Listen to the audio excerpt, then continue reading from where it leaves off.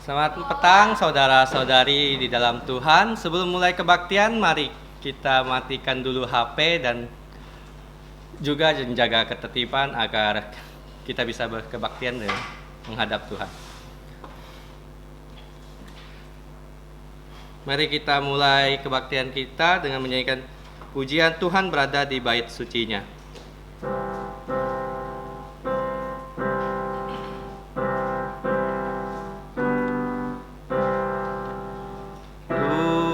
Tuhan berada di bait sucinya, semua orang di hadapan Tuhan sujudlah, berdiam diri sembah sujud. Amin. Mari kita bersatu teduh. Roma pasal 10 ayat 10 sampai 11. Karena dengan jantung orang percaya dan dibenarkan, dan dengan mulut orang yang mengaku dan diselamatkan. Karena kitab suci berkata, barang siapa yang percaya kepada Dia tidak akan dipermalukan. Amin. Mari kita bangkit berdiri dan menyanyikan pujian nomor 26, Mulia untuk Allah. Pujian nomor 26, Mulia untuk Allah.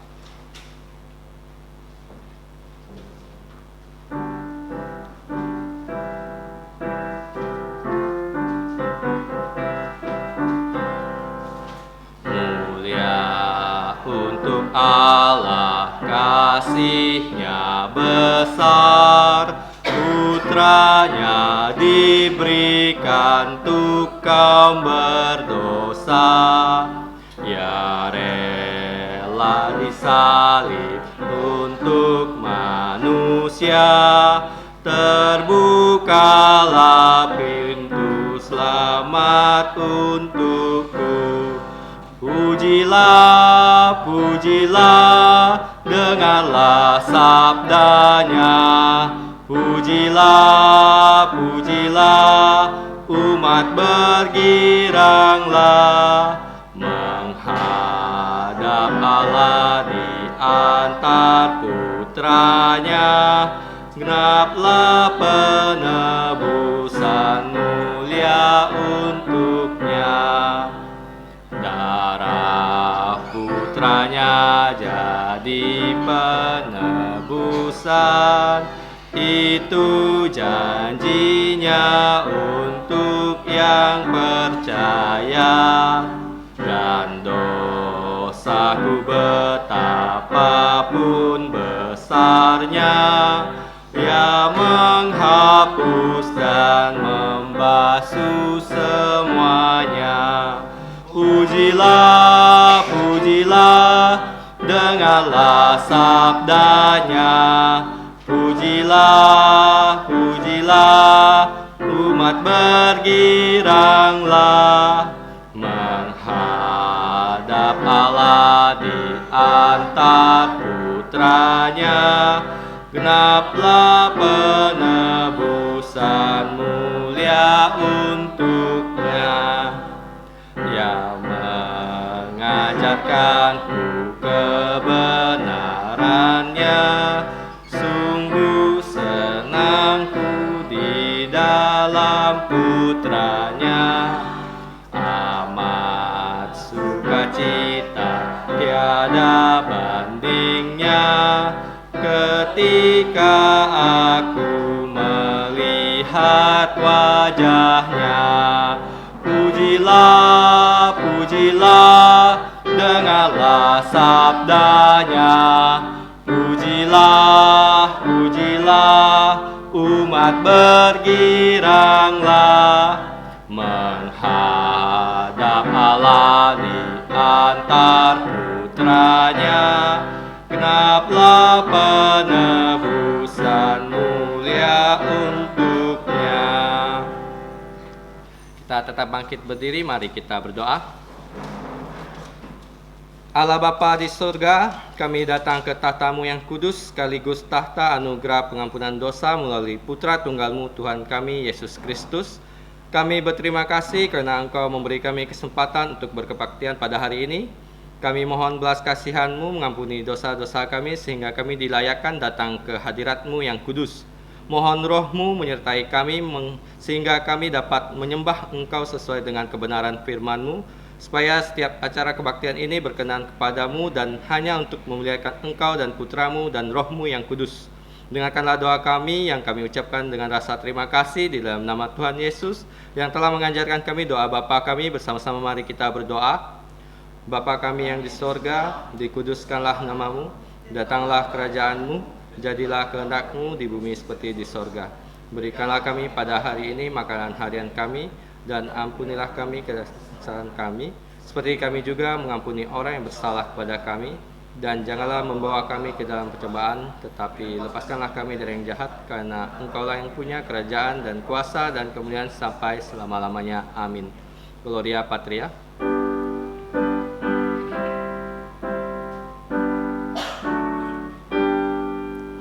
Hormat diberi untuk Bapa, Putra, dan Roh Kudus, dari mula sampai sekarang dan seterusnya, termulia.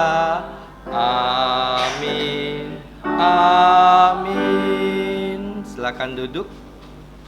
Saudara-saudari, mari kita membuka Alkitab kita yang diambil dari Roma pasal 10 ayat 4 sampai 15. Roma pasal 10 ayat 4 sampai 15.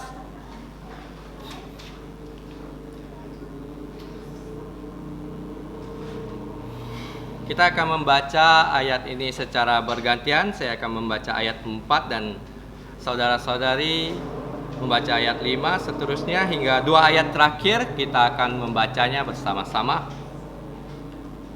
Roma pasal 10 ayat 4 sampai 15.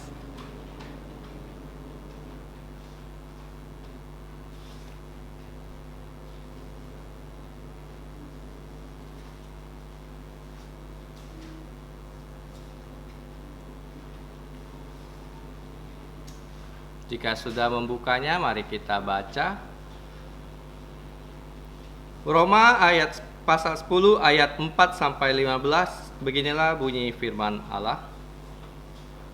Sebab Kristus adalah kegenapan hukum Taurat, sehingga kebenaran diperoleh tiap-tiap orang yang percaya. Sebab Musa menulis tentang kebenaran karena hukum Taurat, orang yang melakukannya akan hidup karenanya. Tetapi kebenaran karena iman berkata demikian, jangan katakan di dalam jantungmu, siapakah akan naik ke sorga, yaitu untuk membawa Yesus turun. Atau siapakah akan turun ke jurang maut, yaitu untuk membawa Kristus naik dari antara orang mati. Tetapi apakah katanya ini? Firman itu dekat kepadamu, yakni di dalam mulutmu dan di dalam jantungmu. Itulah firman iman yang kami beritakan. Sebab jika kamu mengaku dengan mulutmu bahwa Yesus adalah Tuhan dan percaya dalam hatimu bahwa Allah adalah membangkitkan Dia dari antara orang mati, maka kamu akan diselamatkan. Karena dengan jantung orang percaya dan dibenarkan, dan dengan mulut orang mengaku dan diselamatkan. Karena kitab suci berkata, barang siapa yang percaya kepada Dia tidak akan dipermalukan. Sebab tidak ada perbedaan antara orang Yahudi dan orang Yunani, karena Allah yang satu itu adalah Tuhan dari semua orang, kaya bagi semua orang yang berseru kepadanya. Sebab barang siapa yang berseru kepada nama Tuhan akan diselamatkan. Tetapi bersama-sama, tetapi bagaimana mereka dapat berseteru kepadanya jika mereka tidak percaya kepada Dia? Bagaimana mereka dapat percaya kepada Dia jika mereka tidak mendengar tentang Dia? Bagaimana mereka mendengar tentang Dia jika tidak ada yang memberitakannya? Dan bagaimana mereka dapat memberitakannya jika mereka tidak diutus? Seperti ada tertulis, betapa indahnya kedatangan mereka yang membawa kabar baik. Amin.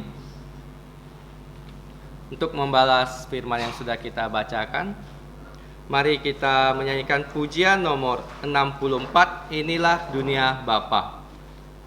Pujian nomor 64, Inilah Dunia Bapa.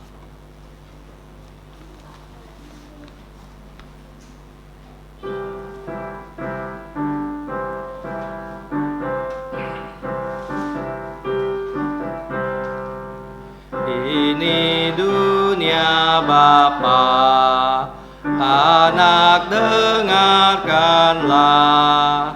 langit bumi memuji Dia, bintang pun menggema.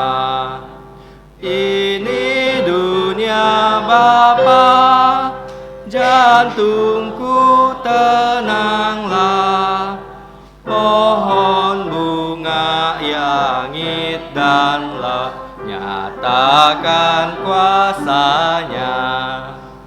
Ini dunia Bapa, burung menyanyilah, terang fajar mekar bunga, nyatakan ciptanya.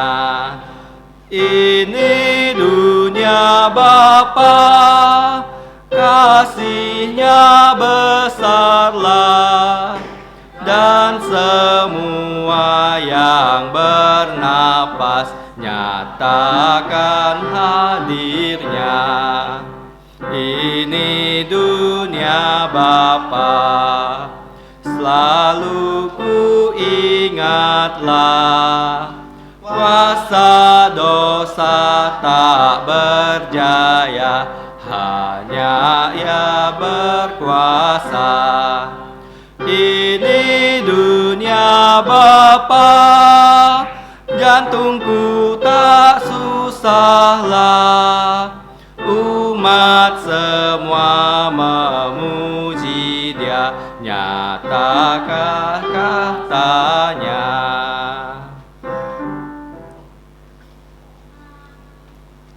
Selanjutnya kita lihat ayat hafalan yang terdapat di buletin, yang diambil dari Roma pasal 10 ayat 13. Kita akan membaca ayat ini sebanyak 2 kali dan menghafalkannya 1 kali.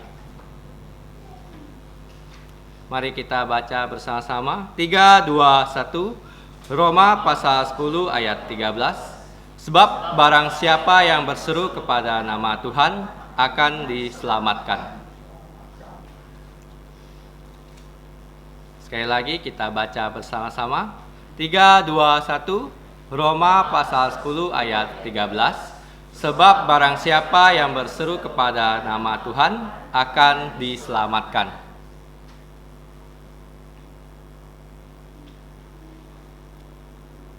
Kali ketiga, mari kita menghafalkannya tanpa melihat teks di buletin, karena di ayat ini cukup pendek. Saya harap kita semua bisa menghafalkannya tanpa melihat teks.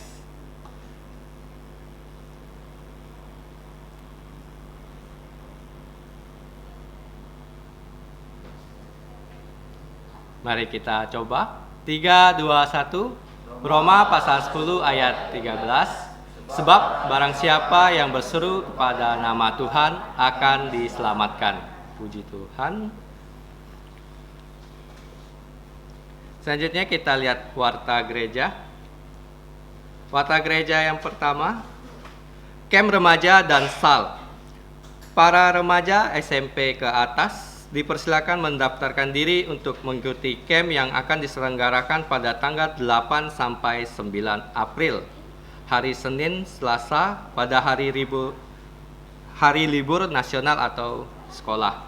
Sedangkan anak-anak SD kelas 1 sampai dengan 6 dipersilakan mendaftarkan diri untuk mengikuti sekolah Alkitab liburan dari tanggal 10, 11, 12 April tahun Tuhan 2024 dengan tema Alkitab itu sempurna. Untuk anak-anak yang membutuhkan bantuan penjemputan, silakan menghubungi PI Rudikus. Oh, maaf, bukan PI Rudikus, tapi GSPI Peter Yoksan. Saya lihat tidak ada yang baru hari ini. Mari kita doakan agar Tuhan mendapatkan jiwa-jiwa baru di gereja kita. Amin. Selanjutnya kita akan memberi persembahan. Untuk kantong persembahan akan dijalankan oleh Saudari Lucy. Sambil menjalankan persembahan, kita akan menyanyikan pujian nomor 124, Yesus bayar semua. Pujian nomor 124, Yesus bayar semua.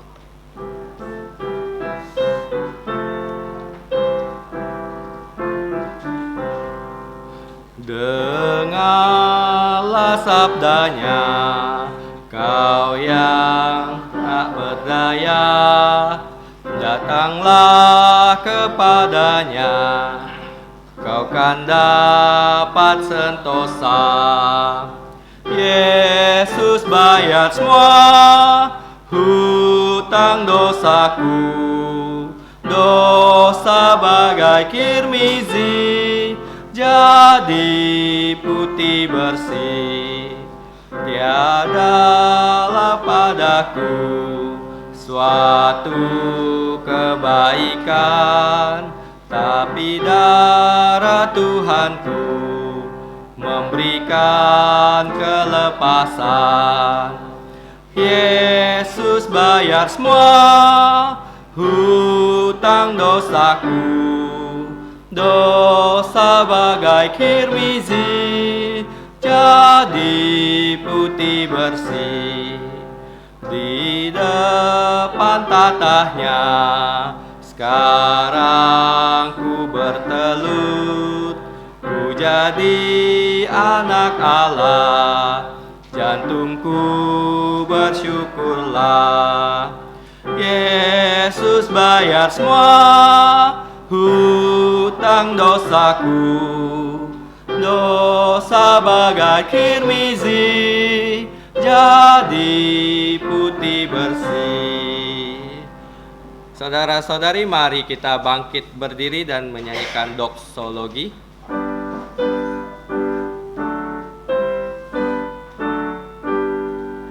Puji Allah sumber berkat, puji Dia semua ciptaannya, puji Dia para malaikat, Bapa, Putra, dan Roh Kudus. Amin. Mari kita berdoa.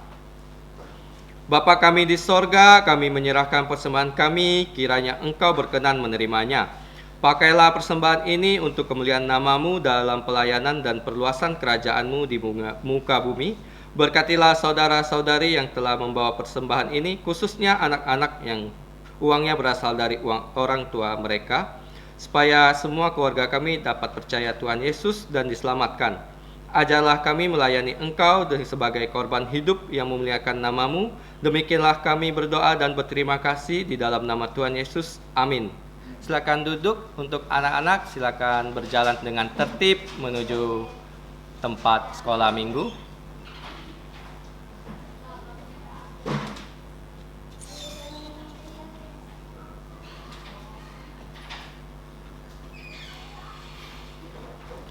Selanjutnya kita akan mendengarkan firman Tuhan yang akan dibawakan oleh PI Rudikus dengan tema Yesus membawa kebaikan dan kebenaran. Kepada hambanya kami persilahkan.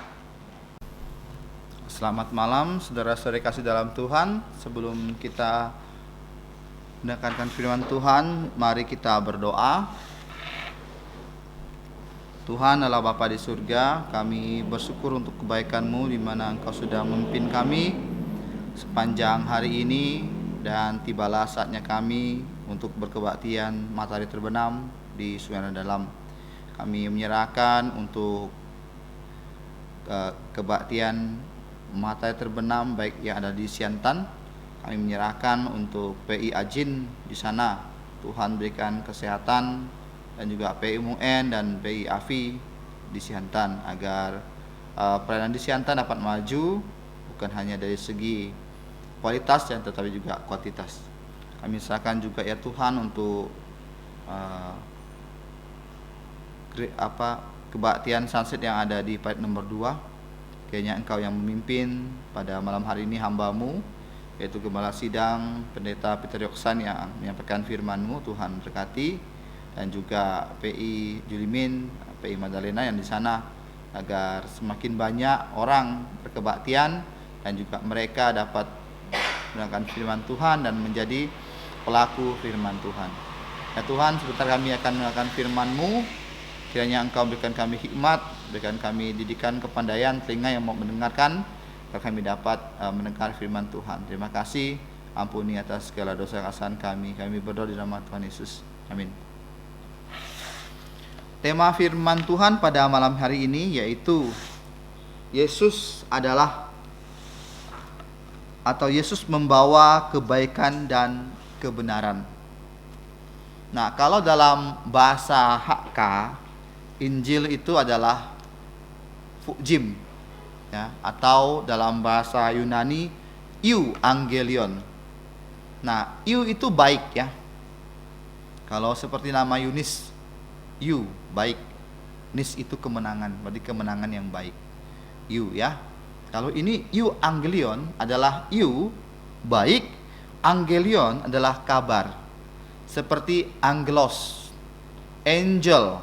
Angel itu yang membawa berita.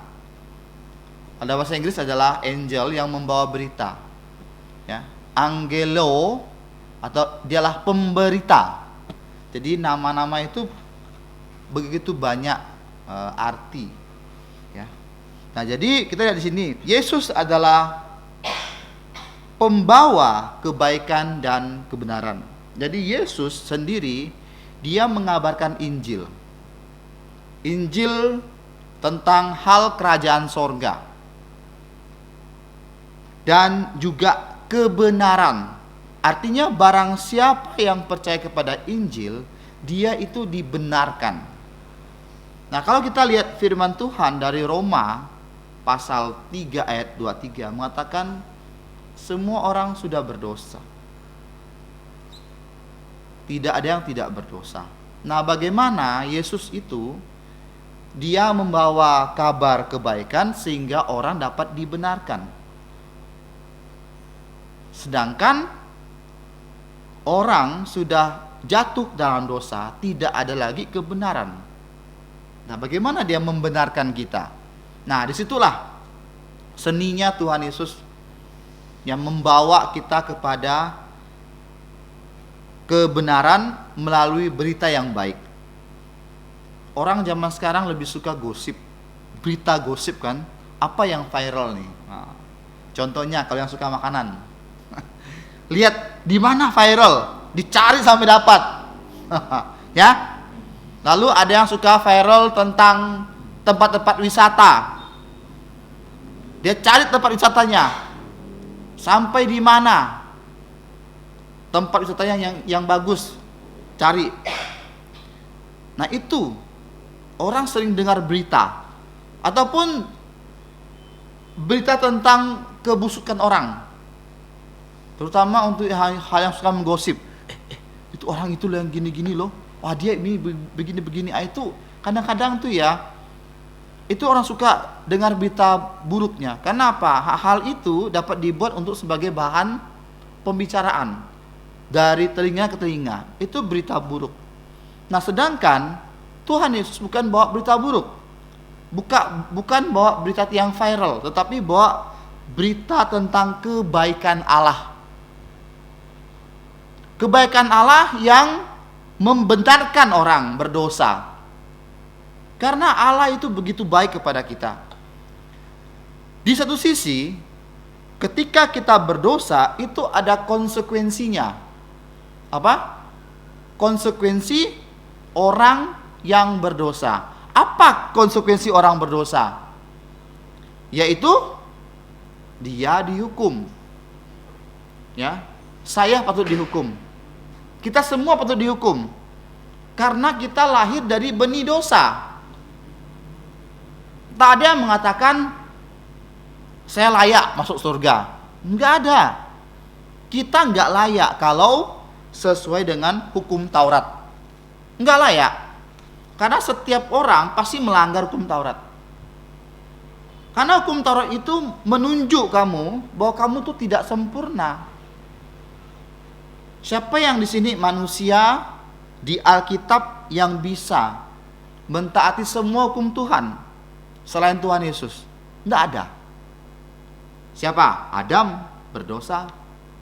Bapak orang beriman, Abraham berdosa. Apa dosa Abraham? Ayo. Dosa berbohong. Dosa berbohong. Dia bilang sama seorang raja yang suka dengan Sarah, dia bohong sama raja itu. Dia bilang, ya, Sarah ini bukan istrinya tapi saudaranya. Dia memanfaatkan namanya etika situasi. Berbohong demi kebaikan. Boleh nggak? Nggak boleh. Misalnya kamu bohong, misalnya kamu punya adik atau anak kan, kamu mau dia jangan ke belakang terus karena kamu lagi sibuk. Kamu bohong sama dia. Hei, di belakang uku ya. Kamu bohong sama dia supaya dia tidak main ke belakang. Terus kamu sudah berbohong, sudah berdosa. Jadi kamu menggunakan alasan yang baik untuk alasan yang baik tetapi kamu berbuat dosa. Ini yang dilakukan oleh Abraham. Siapa lagi? Orang paling dekat dengan Allah siapa? Daud. Daud itu dalam bahasa Inggris itu the man after God's heart. Artinya manusia yang dekat sekali dengan Allah.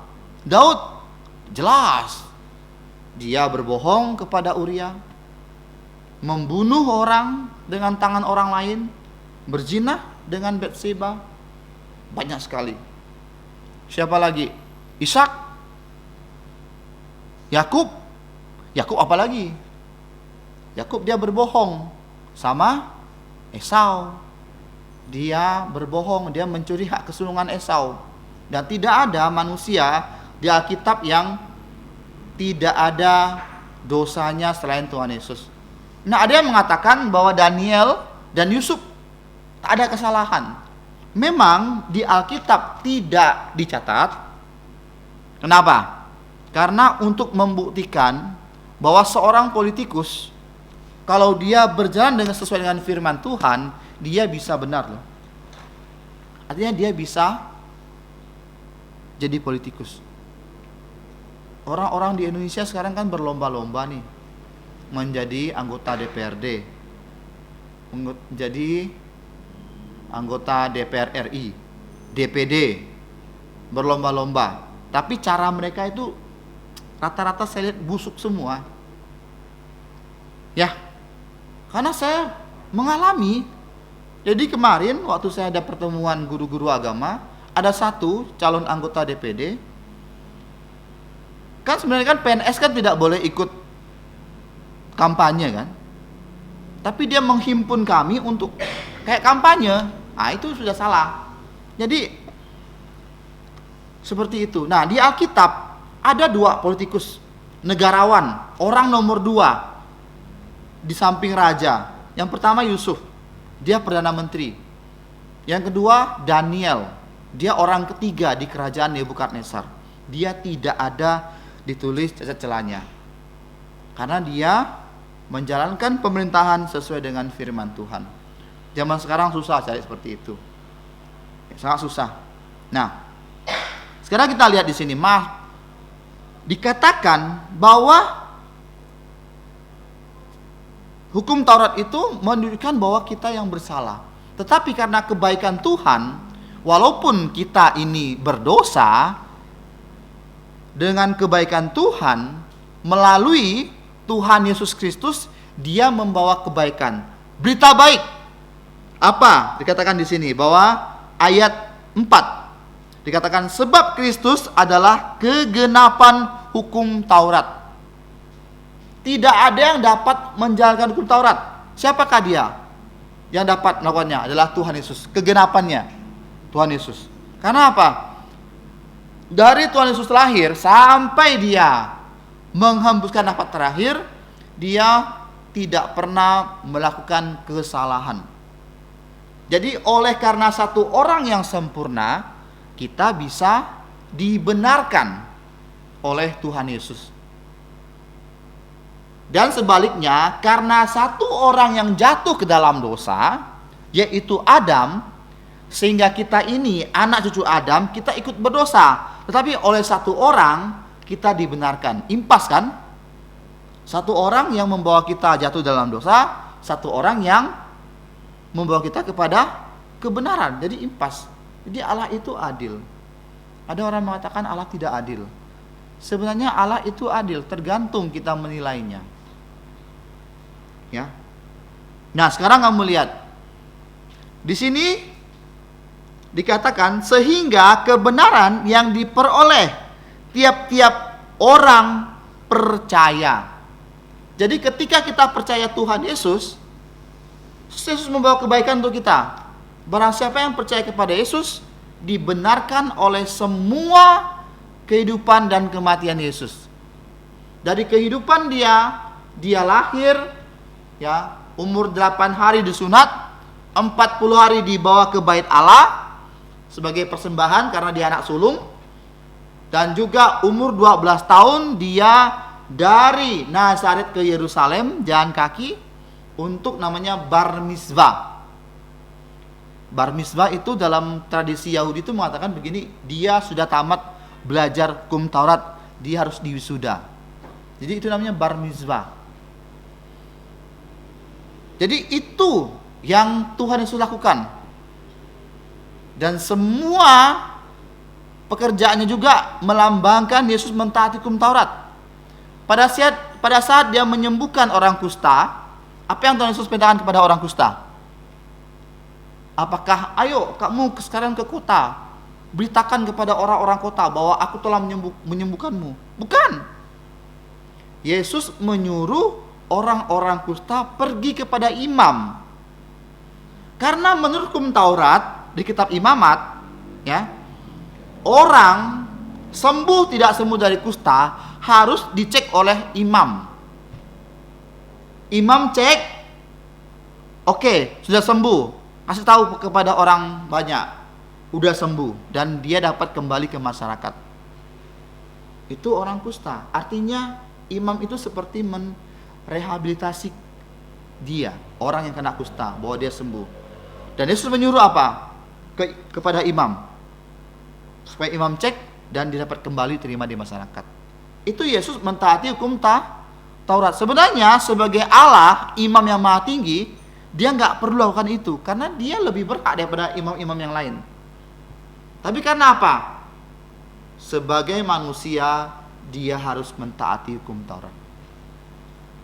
Kematiannya juga sama. Ya, pada saat dia mau menghembuskan nafas terakhir, dia menyerahkan ibunya Maria kepada Yohanes. Karena dia tahu bahwa Rasul Yohanes akan mencapai umur yang panjang. Seperti dia mentaati hukum yang keempat. Honor parents. Hormatilah ayahmu dan ibumu. Sebagai seorang anak, dia harus menitipkan kepada Yohanes yang lebih beriman, yang lebih dewasa dari iman daripada adik-adiknya, daripada putra-putra dari Maria yang dari Yusuf. Makanya dia percayakan kepada Yohanes dulu. Nah, setelah Yesus bangkit, baru ya, setelah bangkit menampakkan diri kepada anak-anak dari Maria, ya, baru dia ini, anak-anak Maria ini percaya, barulah dapat dipercaya mereka itu. Nah, Sekarang ayat yang kelima. Sebab Musa menulis tentang kebenaran karena hukum Taurat. Orang yang melakukannya akan hidup karenanya. Jadi Musa ini ya menulis di kitab Taurat mengatakan bahwa karena hukum Taurat orang yang melakukannya akan hidup karenanya. Itu zaman perjanjian lama. Zaman perjanjian lama itu hukum Taurat dijalankan oleh semua orang Yahudi. Tetapi jangan salah, orang Yahudi pun memandang kepada Yesus. Kalau kita mau lihat Abraham di kitab Yohanes mengatakan Abraham melihat hari-hari Tuhan Yesus. Jadi begini, orang Yahudi selamat, ya, mereka menganggap bahwa dia mentaati hukum Taurat selamat. Tapi tidak, orang Yahudi selamat pada zaman perjanjian baru, dia melihat Yesus yang akan datang. Dia berharap, yaitu Injil yang disampaikan kepada Adam dan Hawa. Terus ya, walaupun Yesus belum menjelma menjadi manusia, tetapi orang di perjanjian lama selamat bukan karena hukum Taurat, tetapi karena memandang Yesus yang akan datang, mereka selamat. Nah, lalu dikatakan di sini, tetapi kebenaran karena iman berkata demikian, jangan katakan dalam hatimu siapakah yang akan naik ke surga, yaitu untuk membawa Tuhan Yesus. Yesus tak perlu dijemput. Yesus yang datang sendiri, datang dari surga, tapi datang dalam bentuk rupa seorang manusia. Kenapa? Kalau Yesus datang langsung jadi orang dewasa, bagaimana dia dapat merasakan apa yang dirasakan oleh manusia dari awal sampai akhir? Nggak bisa. Enggak sesuai dengan relnya gitu loh. Jadi Yesus harus menjelma menjadi manusia dari bayi dulu. Lahir sebagai putra manusia dari rahim anak darah. Sehingga murni tanpa dosa. Lahir dari rahim anak perempuan itu hal yang tak mungkin kalau menurut medis. Karena orang kalau mau terbentuk itu harus dari sel telur dengan sperma dapat membentuk namanya janin, baru ada. Tapi kalau rahim perawan ada, itu kekuatan supranatural yang melingkupi hal itu. Siapakah? Ingat, Yesus dikandung dari Roh Kudus. Artinya kekuatan Roh Kudus yang mempengaruhi sehingga janin yang ada di rahim Maria itu ada. Karena dia kudus, makanya rahim di anak yang ada di rahim Maria itu, Yesus itu kudus. Sehingga dia dapat merepresentasikan kehidupan kita manusia. Dia hidup ya normal seperti kita, tapi satu yang berbeda, dia tidak dapat berdosa. Karena dia tidak berdosa, karena dia Allah yang kudus, tak mungkin berdosa. Nah, oleh karena itu dia datang dari surga ke dalam dunia ini dalam rupa seorang bayi. Nah, sekarang kita lihat di sini. Atau siapakah yang akan turun ke dalam jurang maut, yaitu yang membawa Kristus naik dari antara orang mati. Nah, banyak orang yang salah paham dari pengakuan iman rasuli. Nah, orang di gereja yang lain sering sebut pengakuan iman rasuli, tetapi dia tidak dapat memahami, dikatakan Yesus pada hari ketiga turun ke dalam dunia orang mati. Apakah Yesus benar-benar turun ke neraka, lalu naik lagi gitu, ketemu dengan orang-orang yang di neraka? Apakah seperti itu? Bukan. Artinya Yesus turun ke dalam neraka itu atau dunia orang mati, artinya dia mengalami kematian secara manusia. Bukan Yesus turun ke neraka tiba-tiba dia naik lagi, bukan. Artinya dia mengalami kematian seperti manusia biasa. Tetapi coba kita analisa secara logika saja. Dia tidak akan mungkin ke neraka karena dia kan orang benar. Kalaupun dia ini bukan Kristus, dia langsung ke surga, bukan? Coba kita bayangkan. Contoh misalnya begini, kalau yang mati pun bukan Yesus, dia orang benar, dia orang percaya Tuhan Yesus, dia pun tidak mungkin turun ke neraka, kan? Betul nggak? Pasti naik ke surga. Makanya kita harus mengerti kenapa di pengakuan iman rasuli mengatakan dia turun ke dalam dunia orang mati. Artinya dia mengalami kematian. Bukan dia turun ketemu dengan orang-orang di neraka. Kamu kenapa panas ya gitu. Bukan. Dia mengalami kematian dan dia sekarang dapat bangkit dari kematian. Ya, nggak perlu dia ada yang bawa dia naik, karena dikatakan ayat 8, tetapi apakah katanya firman itu dekat kepadamu, yakni dalam mulutmu dan dalam hatimu. Itulah firman iman yang kami beritakan.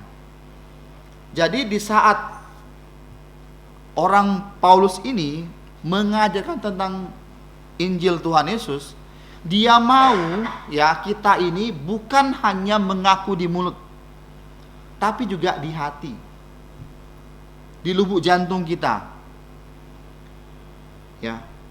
Nah, ini yang dimaksud firman Tuhan. Sebab jika kamu mengaku dengan mulutmu, kamu ngaku ya bahwa Yesus adalah Tuhan dan percaya dalam hatimu bahwa Allah telah membangkitkan dia dari antara orang mati, maka kamu akan diselamatkan. Artinya mulut dan hati harus satu. Bukan dalam pepatah orang Tionghoa mengatakan sim kou pu yi ya. Tidak boleh. Hati dan mulut tidak satu. Itu munafik namanya. Ya banyak ya orang ya, di saat kami memberitakan ini sama orang, dia bilang, oke, saya percaya, oke, saya ngaku saya berusaha. Tapi dia tidak ke gereja, tidak sungguh-sungguh percaya. Sering loh. Oh ya, tapi hanya di mulut saja.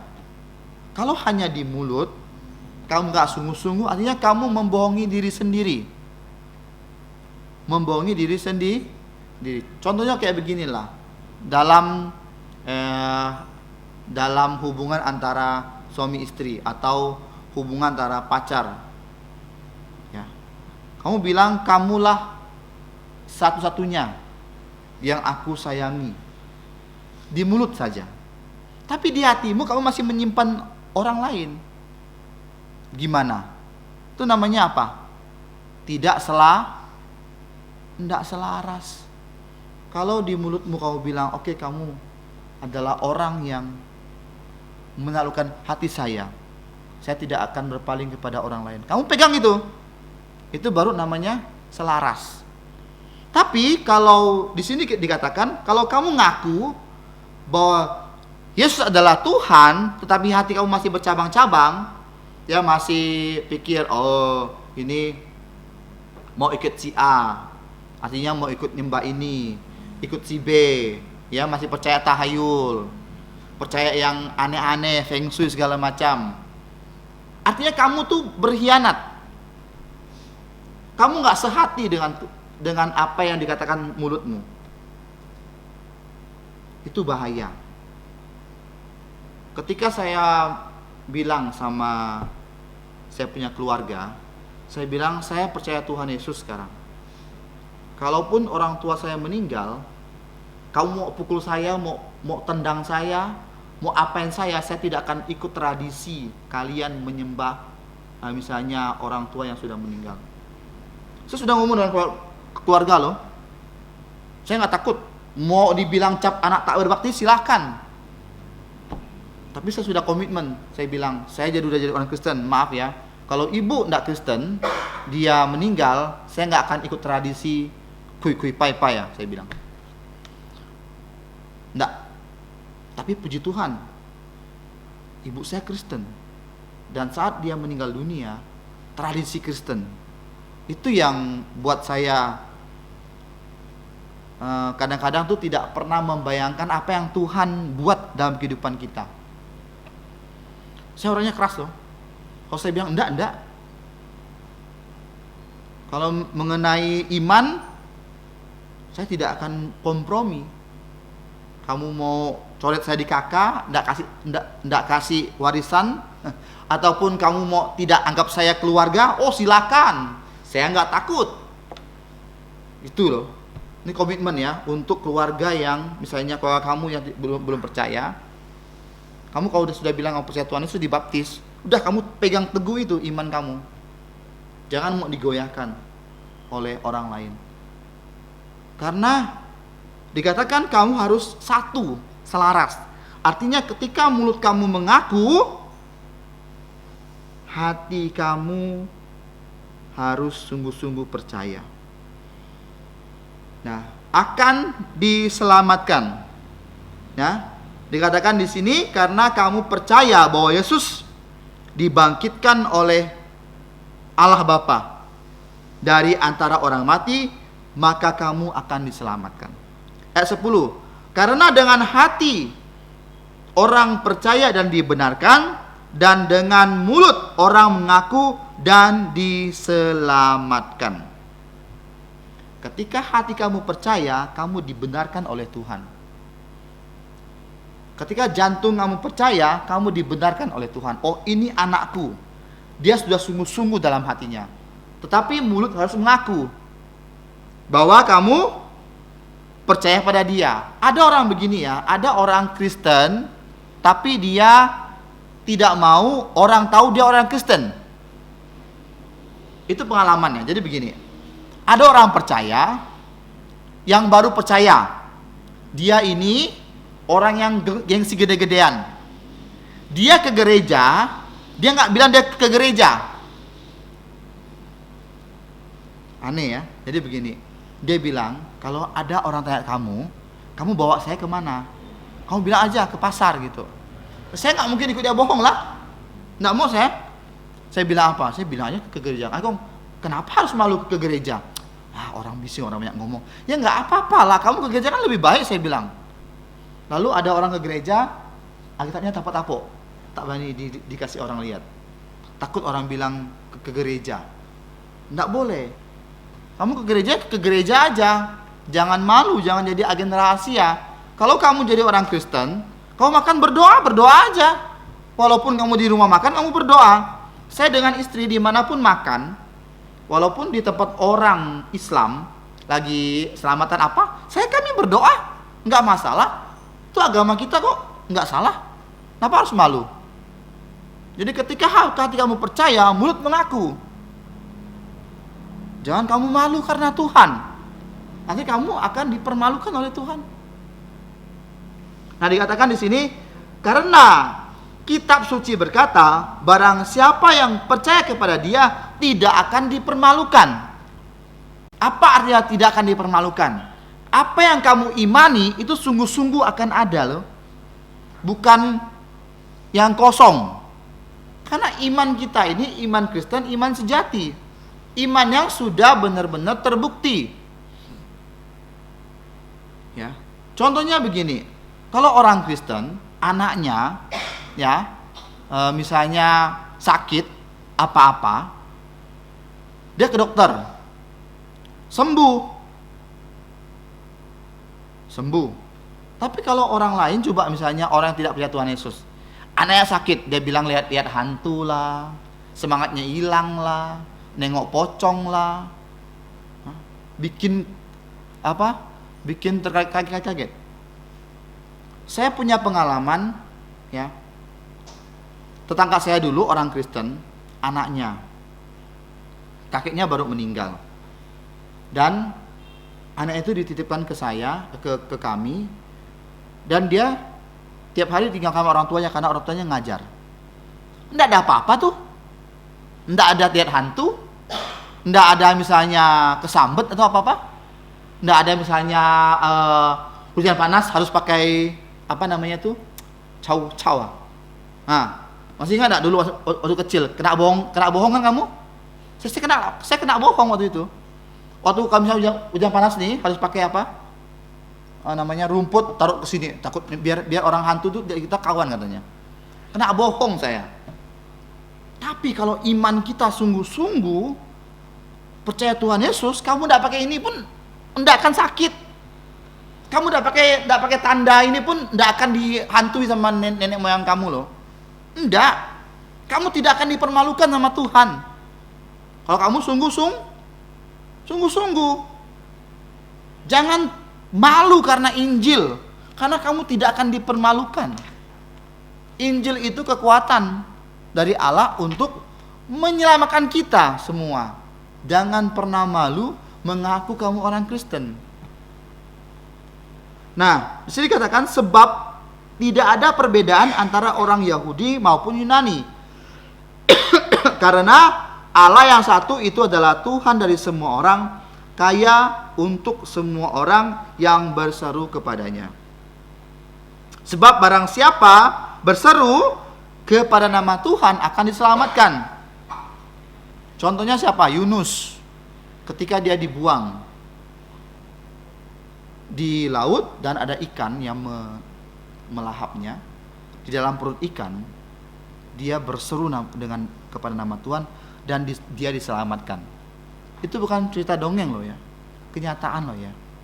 Yunus adalah orang pertama yang naik kapal selam, kan? Dia orang pertama naik kapal selam sebelum kapal selam ditemukan. Kalau menurut manusia tidak mungkin Yunus bisa selamat. Di perut ikan itu bau. Coba kamu ke pasar beli ikan, perutnya bau enggak? Minta ampun amisnya. Tapi Yunus bisa hidup karena Tuhan melindungi. Dan ketika dia berseru dengan nama Tuhan, dia diselamatkan. Nah, tetapi bagaimana mereka dapat berseru kepadanya jika mereka tidak percaya kepada dia?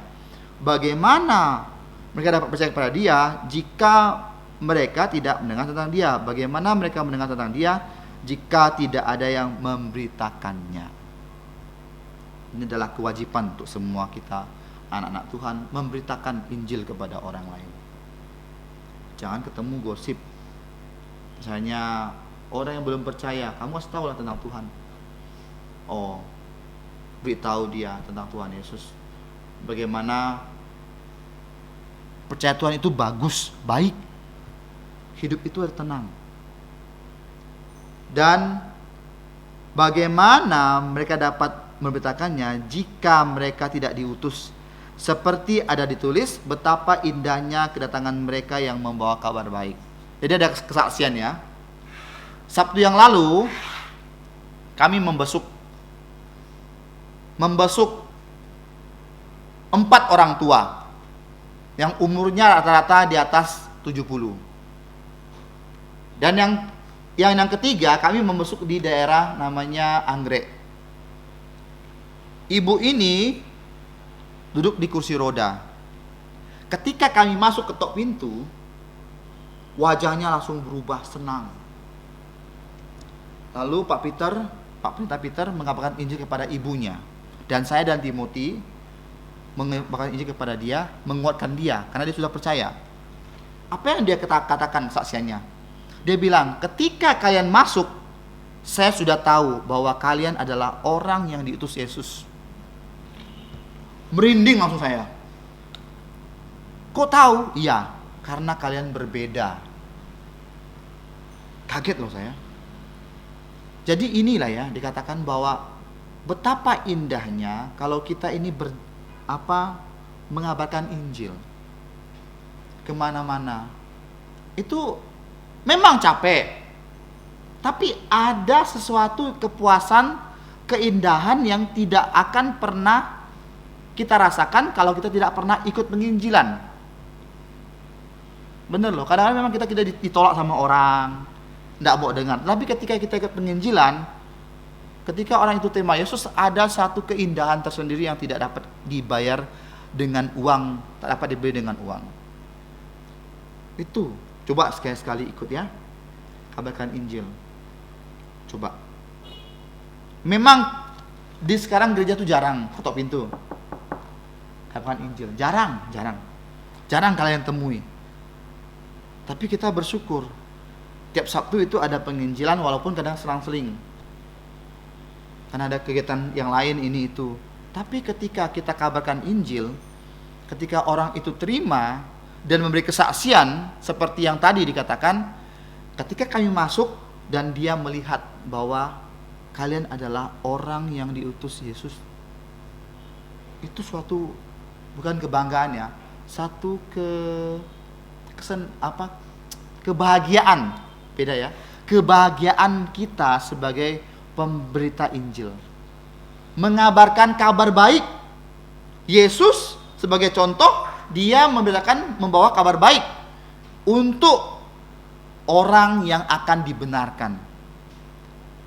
Ketika kita mengabarkan Injil kepada orang itu, membawa kabar baik kepada orang itu, ketika dia menerima kabar baik itu, dia dibenarkan oleh Tuhan menjadi anak-anak Tuhan.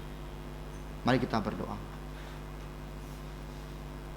Tuhan Bapa di surga, terima kasih untuk malam hari ini, yaitu kami dapat belajar firman-Mu dari kitab Roma.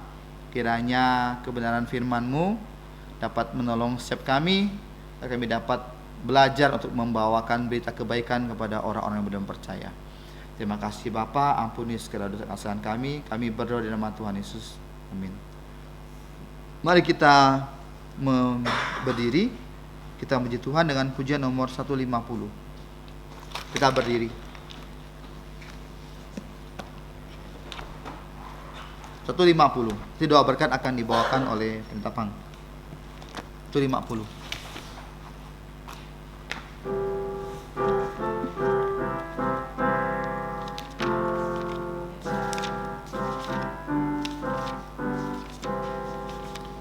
Yesus obat yang sejati, tanggung segala dosaku. Tiap halku boleh bawa dalam doa padanya. Bila jantungku gelisah, percumalah berlelah, bersandarlah pada Yesus, berdoalah padanya. Bila ada pencobaan dan bimbang di jantungku, ku tak akan putus asa, pada Tuhan berseru. Tiada yang seperti Yesus yang Yesus kan menguatkanku, ku berdoa padanya. Adakah jantungmu susah, lelah karena beban berat? Yesuslah penolong kita, berdoa. Walau kawan tinggalkanmu, berdoa kepadanya, dan di dalam pelukan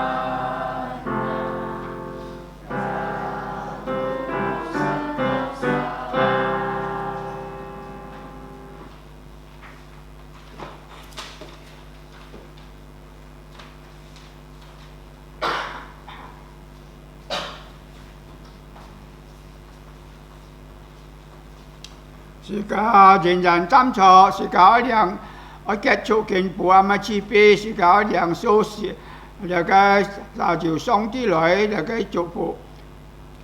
但因我主耶稣基督的恩惠，天父上帝的慈愛，聖靈的感動與交通，常常與眾子充滿同在，從今時一直到永永遠遠。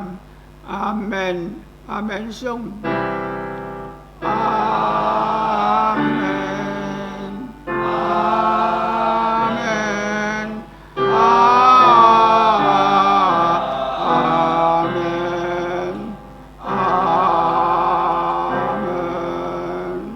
向錯滅多山飛，人中的祝福，大家就是個來創人就是福。